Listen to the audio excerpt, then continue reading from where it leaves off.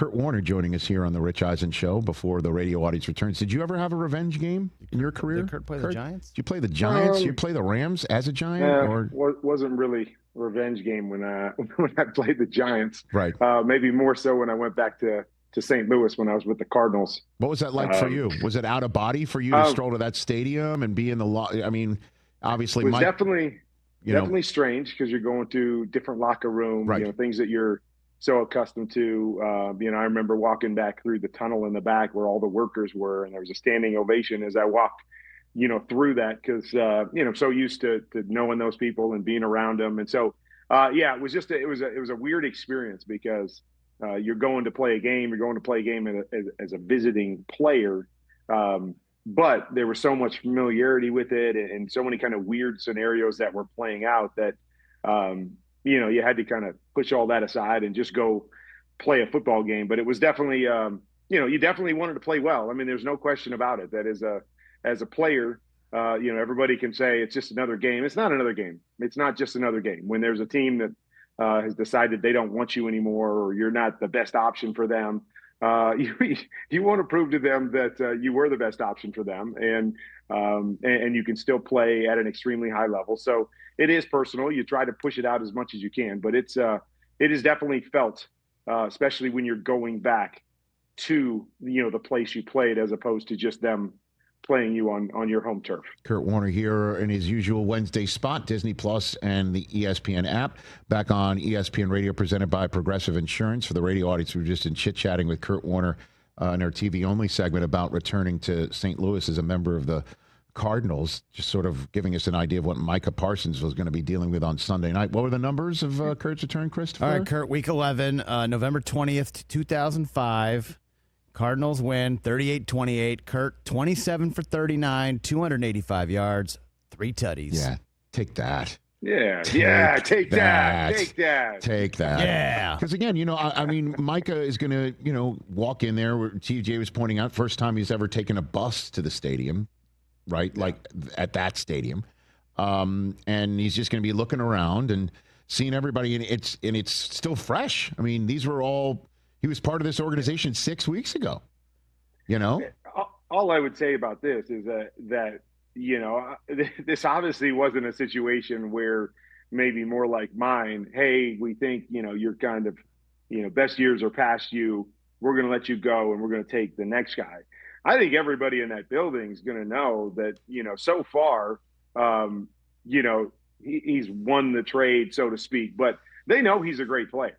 I mean, that was not in question, and so it's not as if he's got to go necessarily prove anything to everybody else. I just think this puts a bigger spotlight on it if he goes in and has a big game. And we've already seen the impact that he's had with Green Bay and the struggles that Dallas has had without him. So I think everybody already knows that part of it. This would just add, fuel to the fire or insult to injury if he goes in there and just dominates this football game in front of everybody. Kurt Warner here on the Rich Eisen Show. For those listening, Kurt's wearing a QB Confidential hat. You should all check out Kurt's channel on YouTube. Makes you smarter. Right here on the Rich Eisen Show. Let's start with the Giants' decision to start Jaxson Dart over Russ. What have you been seeing on film that leads you to believe why this happened? And do you agree with the move, Kurt? Yeah, well, I think why this happened is it's a big picture thing to me more than it's a Russell Wilson thing. And again, I've got my thoughts on Russell Wilson. I don't necessarily think he's a great pocket passer. I think his best years in terms of creating are behind him. So I think we all understand that. But if you just break down the tape, and I actually put out a piece this morning just about in the red zone. So, this team has been in the tight red zone, so 10-yard line or in 7 times this year, which ranks 8th in the National Football League. They've scored 1 touchdown in those drives inside the 10-yard line. And, I broke down basically every throw. Russell Wilson is, I think, 2 for 16 on throws inside the red zone. And so automatically that would make you say, oh, well, that's the problem. They're getting there. They're just not scoring. It's all about the quarterback. But there are very limited opportunities for Russell Wilson or this offense to score. There's not easy opportunities. There's not guys open all over the place. And that to me, and it goes even beyond this year. If you look back over last year, the struggles with this Giants team, Brian Daboll, the offense, has been putting points on the board, finishing drives. And so as much as it's, you can say it's about the quarterback, or maybe Jaxson Dart gives you, a little more versatility or something in your offense that you're going to do different. This is about creating better opportunities in the red zone. So when you get down there, you score. And when you score, you have opportunities to win some of these games that they haven't won the last couple of years because they can't put points on the board. And so, so this is interesting to me. I've seen this a million times. I saw this happen in Arizona. I was actually benched in a situation like this where, sometimes you start to feel that the coach is starting to feel that the seat is getting a little bit hotter, and that, you have to make some kind of move and change to try to spark something inside the locker room, because what's going on the football field just hasn't been good enough. And I just hope that's not the case here, that you're, throwing Jaxson Dart out there with a tough schedule and with all the issues you have offensively, and he's not quite ready, and even if he's ready, and you're not ready as a team to allow him to have success early, and you're just making the move because you have to do something. I don't like when moves are made that way. They don't normally work out really well when moves are made that way. But maybe there is just something that we, don't get to see, that they're seeing in practice, that says, hey, we get an upgrade, or we get the ability to open up our offense in a different way with Jaxson Dart that we didn't have with Russell Wilson. And that's what I'll be paying attention to as they move forward, is there something that looks different that he brings to the table that, that we didn't get a chance to see, from the practice tape. Yeah, it could be something in the locker room as well, that he's taking a pulse check of his locker room. We just don't know, fair or not. But you and I both saw the Chargers defense. That's no joke, man. That is. That's why I was kind of surprised. Like maybe one more week, then you get New Orleans before 2 out of 3 weeks against Philadelphia, wrapped around a visit to Denver. That is a tall order. The Chargers are marauding right now. I mean, you could make the case they're one of the best. They are the best team in the NFL right now. Yeah, I mean, and then you're talking basically 4 out of 5 if you're looking at that. Chargers defense, Philly's defense is really good. We all know Denver's defense Niners is improved good. there. Yeah, and the Niners defense is playing great. So 4 out of 5 there. But again, we can look at it from all those different perspectives.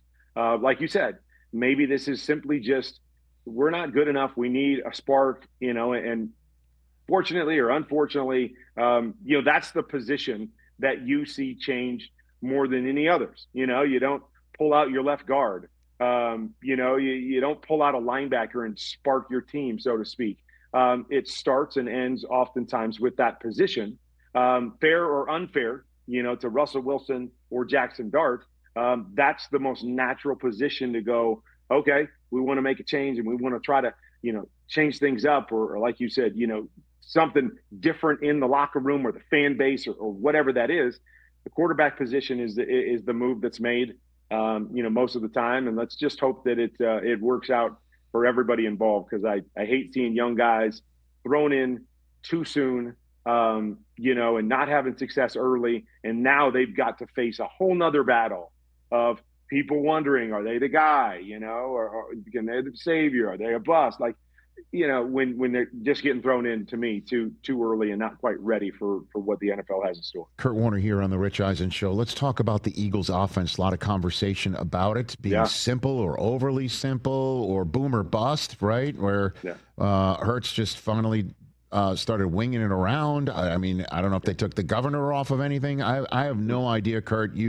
You're seeing it. Your opinion of the Eagles offense and its effectiveness moving forward is what? Yeah, and we do talk about it being simple, and the concepts that they run in their pass game are fairly simple. But if you had to take any coach in the world and say, okay, how would you want to play football? Okay, here's what we're going to do. We're going to run the football, and when a defense decides that they have to put extra guys in the box to stop us, then we get one-on-one on the outside. Then we'll throw the football, and we don't have to get complicated. We don't have to fool anybody with our scheme and be all fancy and be one of these gurus. I got A.J. Brown out there one-on-one, so if you want to stop Saquon and add an extra guy, I'm just going to run a simple concept over here to this guy, and I'm going to throw it to him one-on-one. Oh, and then you're going to drop into coverage? Okay, Now we'll go back to running the football and doing what we do. And then when you want to change it up again, hey, we got Devontae Smith over there. You go one-on-one. We'll throw it to him. And so I understand. I'm a quarterback. I love the X's and O's. I love designing plays and the new thing. But I think if any coach out there, could say, this is how we want to play, it's like the Eagles play. Run the football, do what you do best, work to your strengths, the offensive line. And then once a team changes it up, know that you've got guys on the outside and you can keep it simple. You don't have to overcomplicate it and make it too hard for your team. This is a simple game. Our guy's better than your guy. Play pitch and catch. Let him make a play, and we'll go. Oh, our guys are up front are better than your guys. You want to leave extra guys out there? We'll just block a hat on a hat, and we'll beat you that way. And so I understand it. I understand why it's boring and it's simple, but it's because they're built in a way that they don't have to overcomplicate it. And too many teams overcomplicate it, I think, at times. And it's more of a negative than it is a positive. And I think Philly has just said, we are fine being boring. We are fine just doing these things that we're really, really good at and forcing a team to show us they can stop us doing those things before we're going to create, reinvent the wheel and try to do something that may overcomplicate or may make it a little bit more difficult for us to succeed. Can't wait for this game against Tampa, because they're 3-0 as well. Baker Mayfield with 3 straight game-winning drive victories in the fourth quarter. And there's, his offensive line is banged up. Mike Evans is now out. We're waiting for Godwin to come back. Bucky Irving has done well. But it really has been Baker just putting everybody on his back in the fourth quarter and getting it done. What are you seeing, Kurt? I mean, I've been a Baker fan for a long time. I was one of the guys that felt like he should have stayed in Cleveland. He was a perfect fit for what they did, and then they send him to the wayside, and he has to bounce around. But I've felt for a long time he's a starting quarterback in this league, and I think he's just gotten better as a drop-back passer. And you're right. You talk about believe, you talk about in the locker room. I think that, as much as anything is what Baker has in Tampa is they love this guy and they will battle with this guy and they know that he's going to give it all. Like, he's not running out of bounds. He's going to run somebody over. He's going to talk. But they believe that he's going to, get them in position to win every time out. Like you said, 3 straight weeks, where their defense loses the lead late or the special teams, and he's got to bring them back, and he does it every single time. And so it's going to be fun. Like you said, no Mike Evans, no Chris Godwin yet. Ibuka has been incredible. I love Bucky Irvin, so they still got playmakers, but they're down a couple guys. So that'll be interesting against the Philly defense. But maybe the bigger story. And so I've watched it for 2 weeks. I watched it on Monday night a couple weeks ago with the Texans when I was calling that game, and then watched the Jets against Tampa this past week. And what Todd Bowles is going to do is he's going to blitz you. He is going to give you blitz looks, and you better have an answer. The Texans had absolutely no answer. C.J. Stroud looked confused. They looked confused offensively. It's what cost them the game. I couldn't believe it that the Jets came back last week and saw the same sort of things, and they had no plan, and they had no answer for it. And, it cost them the game. So here we go with Philly. They're going to see it.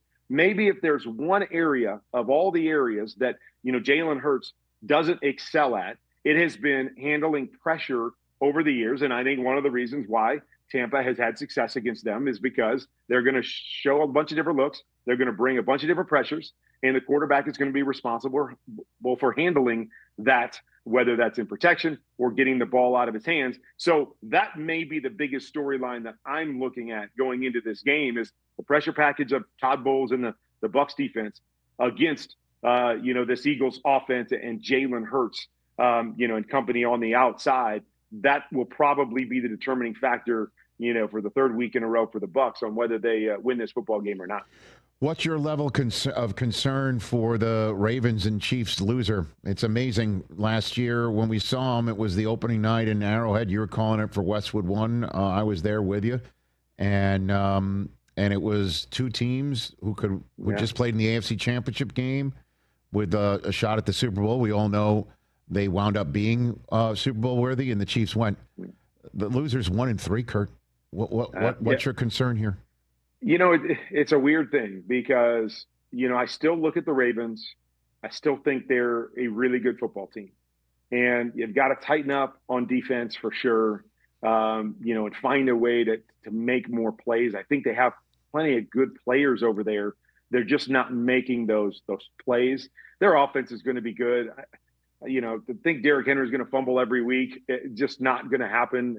And, so I still think they're a really good football team that just have to work out a few of the kinks. I think we remember last year with the Ravens, their defense struggled early in the year, and then they rounded into form and were really good later in the year. So even if they lose this game, I think I would be surprised if they lose because of what I've seen from the Chiefs. But even if they lose, I think they're going to be okay. I'm more worried about the Chiefs if they lose because they have not looked good. And we've talked a lot about their passing game. I mean, they struggle to run the football first, so they don't have the balance that other teams. Their pass game looks really bad. To me, now Patrick Mahomes is allowing all of that to affect the way he plays. He's starting to look at the pass rush. He's starting to want to move around instead of playing the game inside the pocket. It reminds me a lot of the Super Bowl they played against Tampa. They had issues up front. And I felt like Patrick didn't play his game in that game and was just running around and trying to be Superman. And I feel like he's at that stage now where he's so frustrated with what's going on around him that he's trying to do too much. And in trying to do too much, he's missing opportunities. He's missing throws. He's missing reads, and all of those things. So I'm concerned about them as a football team.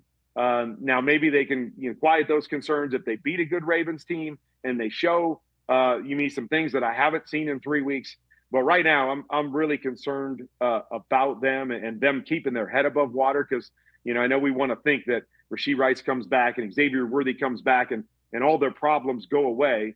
They still have problems. I definitely think that will help. But can they keep their head above water, long enough for those guys to come back and them to put something together offensively? Because right now it just doesn't look very good. All right, we've reached the portion of the interview where I ask you which quarterback had the best week of all those that you watched, all 22, if not in person. And I'm gonna maybe take a stab at who that might be. How about that? Okay. How about I'll flip it? Where are you getting? Goff? Okay. Was it Jared Goff? Did Goff? Jared Goff was really good.